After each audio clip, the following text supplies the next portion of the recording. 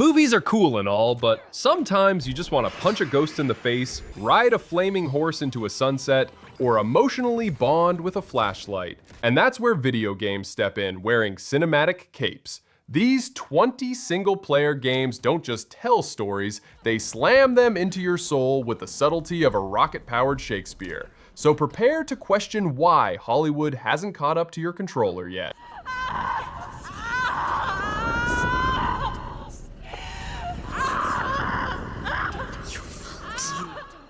This is the game where androids gain sentience, form a revolution, and somehow get better at adulting than most humans. You play as 3 robots. One is a detective with anxiety, one is a mom with trauma, and one is Robo-Gandhi leading a peace protest that could explode at any moment. It's like Blade Runner met The Sims, but with more moral panic and way better graphics. Every choice matters, except when the game's like, nah, Marcus is gonna do a backflip off this rooftop whether you like it or not.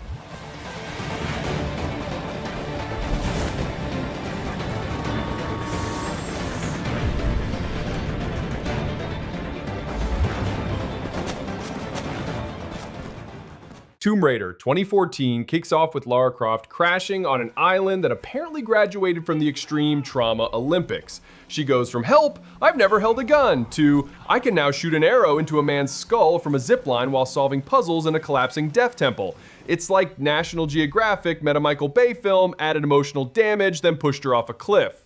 Literally. Honestly, this reboot made me question why I ever doubted someone could become a murder archaeologist in under 12 hours.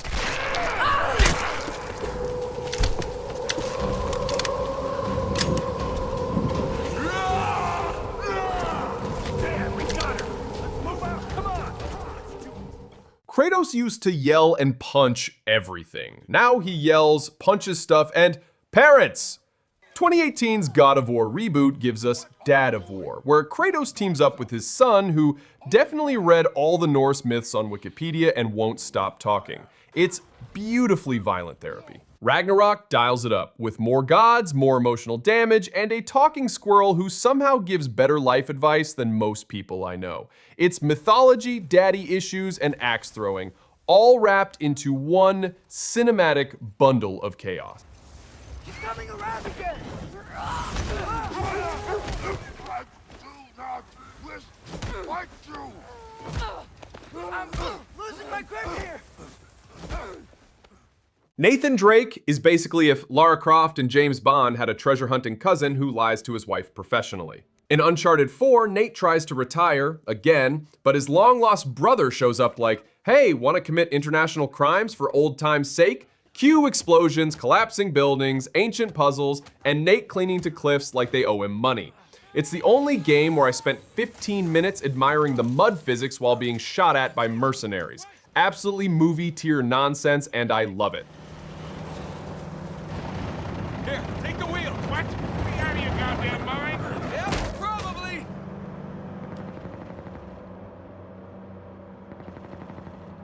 Oh, crap! So imagine Home Alone, but instead of burglars, it's an army of rats with PhDs in horror. In Innocence, Amisha and her brother Hugo flee the French Inquisition while solving puzzles and avoiding flesh-eating rodent tsunamis. Then Requiem drops in like, what if Hugo's brain was a superweapon and the rats are now unionized? It's heartfelt, intense, and 87% of the gameplay is whispering while holding hands and praying rats don't nibble your ankles. Also, who knew slinging rocks at armored guards could be so emotional?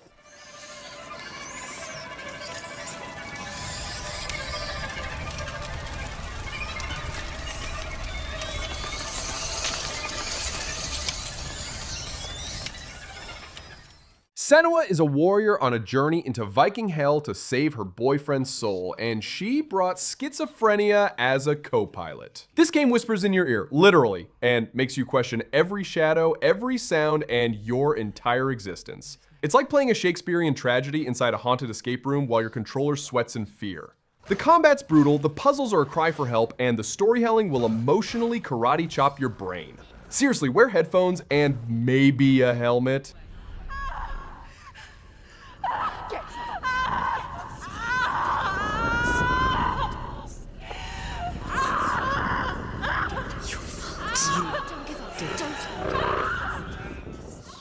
Spider-Man means you fight crime, swing through New York like a caffeinated Tarzan, and still get yelled at by Aunt May.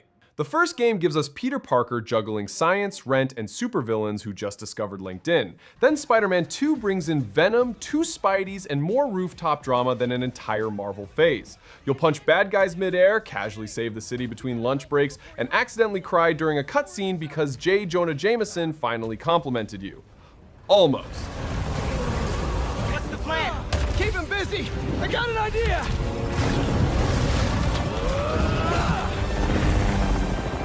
Oh, crap. Leon S. Kennedy returns with more sarcasm, more roundhouse kicks, and a new haircut so sharp it could deflect bullets.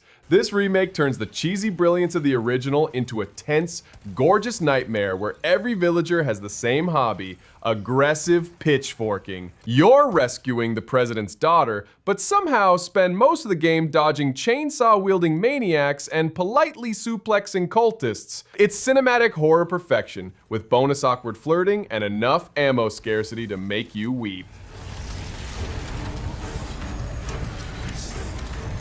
There you go.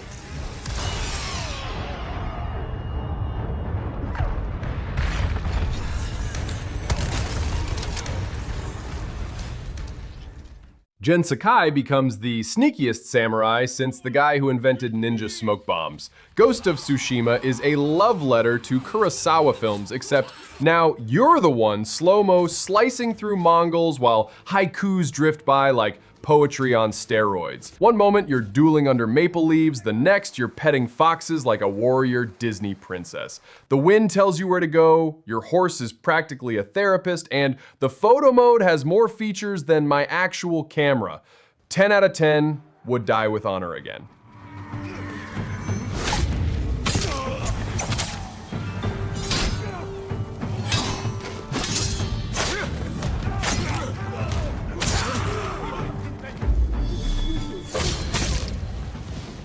Aloy is the only person in history to graduate from cave baby to robot dinosaur slayer in under 30 minutes. The world ended, machines now pretend to be animals, and you're out here fighting mechanical giraffes with a bow made from scrap metal and sass. Every quest is either why is this tribe yelling at me or oops, I hacked a murder ostrich again. The lore is so deep it can have its own Wikipedia. Meanwhile, Aloy's just trying to find her mom, save humanity, and not get squashed by a thunderjaw the size of Canada.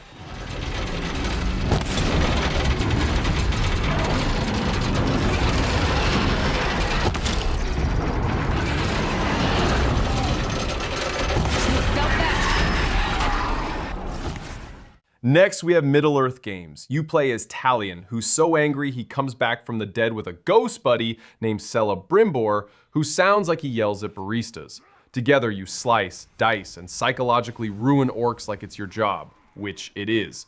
These games let you build a personal orc army, complete with betrayal arcs, karaoke duels, and one goblin named Krug the Moist, who won't stop trying to fight you.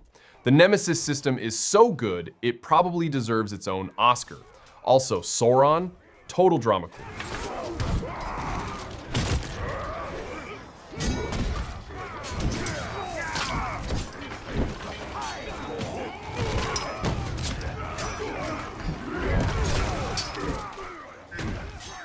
Jodie Holmes was born with a psychic entity attached to her soul like a ghostly Bluetooth speaker. The game jumps between timelines like it's late for a Netflix meeting. 1 second she's a kid setting her house on fire, the next she's a CIA agent roundhouse kicking people in the spirit realm. Aiden, the ghost, can open doors, throw furniture, and commit casual poltergeist terrorism on your behalf. It's part paranormal drama, part action thriller, and part, wait, is that Willem Dafoe? Yes, it is. The door, it won't open. It's impossible, try harder. I'm telling you, it's locked. Keep calm, there's no reason to panic. The windows, try the window. Alan Wake is a writer who fights monsters with a flashlight and a deep sense of metaphysical regret. In Alan Wake 2, things get even weirder. He's trapped in his own stories, rewriting reality and occasionally just Talking to coffee thermoses. It's like someone fed Twin Peaks, The Shining, and a poetry slam into a blender and hit existential smoothie. One moment you're solving a crime, the next you're performing a haunted musical number in a brain-bending fever dream. I've never been this scared of lamps.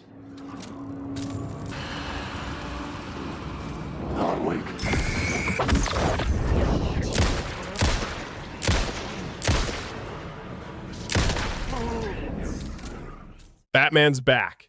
And he brought a tank. Gotham's being terrorized by a guy wearing a Halloween mask and a voice modulator from Amazon, and Bruce Wayne's response is, cool, I'll just punch my problems and run them over in a stealth car. You spend half the game gliding majestically and the other half interrogating people upside down while listening to the Joker roast your mental health. The story is dark, the combat is smoother than Batmobile wax, and somehow Alfred still hasn't quit his job.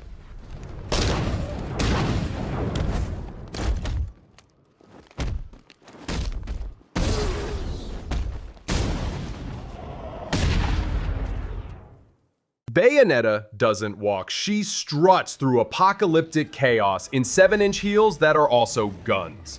She's a witch who summons hair demons to body slam angels out of heaven, and her idea of casual wear is Gothic Fashion Week meets war crime. In Bayonetta 2, you battle giant celestial horrors, flirt with your enemies mid-battle, and do gravity-defying cartwheels through exploding churches. The plot? Look, just nod and smile. It's basically a divine soap opera with blood, glitter, and a sassy lollipop obsession.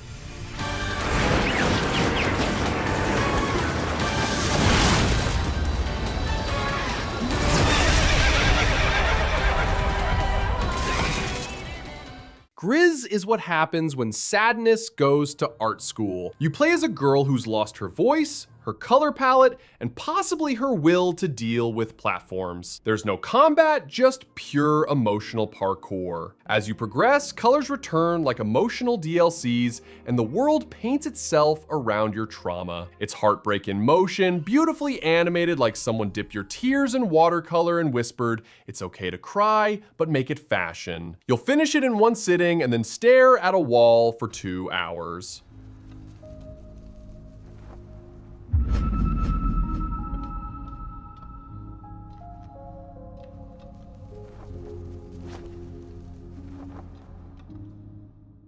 It's a bunch of teenagers in a creepy lodge during a blizzard, and somehow no one brought a phone charger.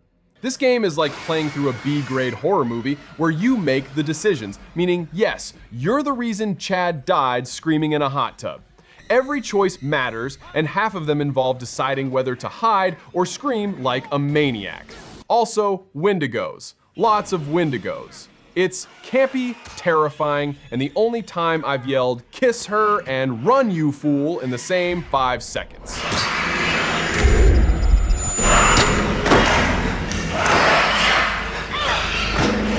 That's it. Come on, let's go.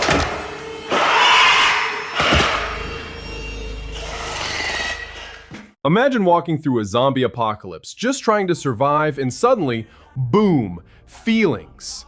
Joel and Ellie's story hits harder than forgetting your phone at home with 3% battery.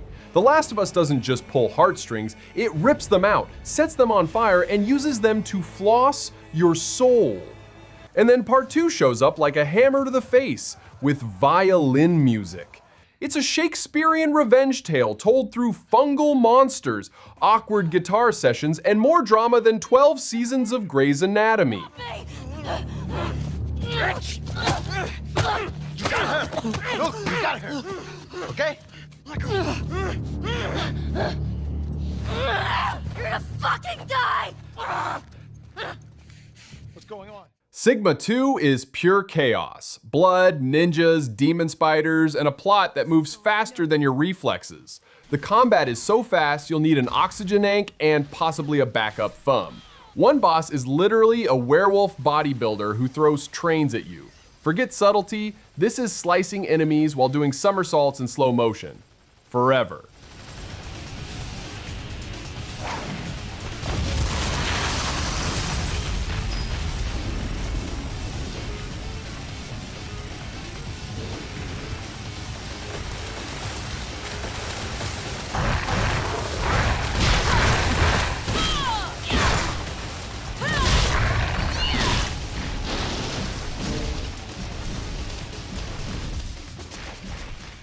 You're Arthur Morgan, the only cowboy in history who can write in cursive, commit train robbery, feed a horse, and cry over lost honor, all in one cutscene.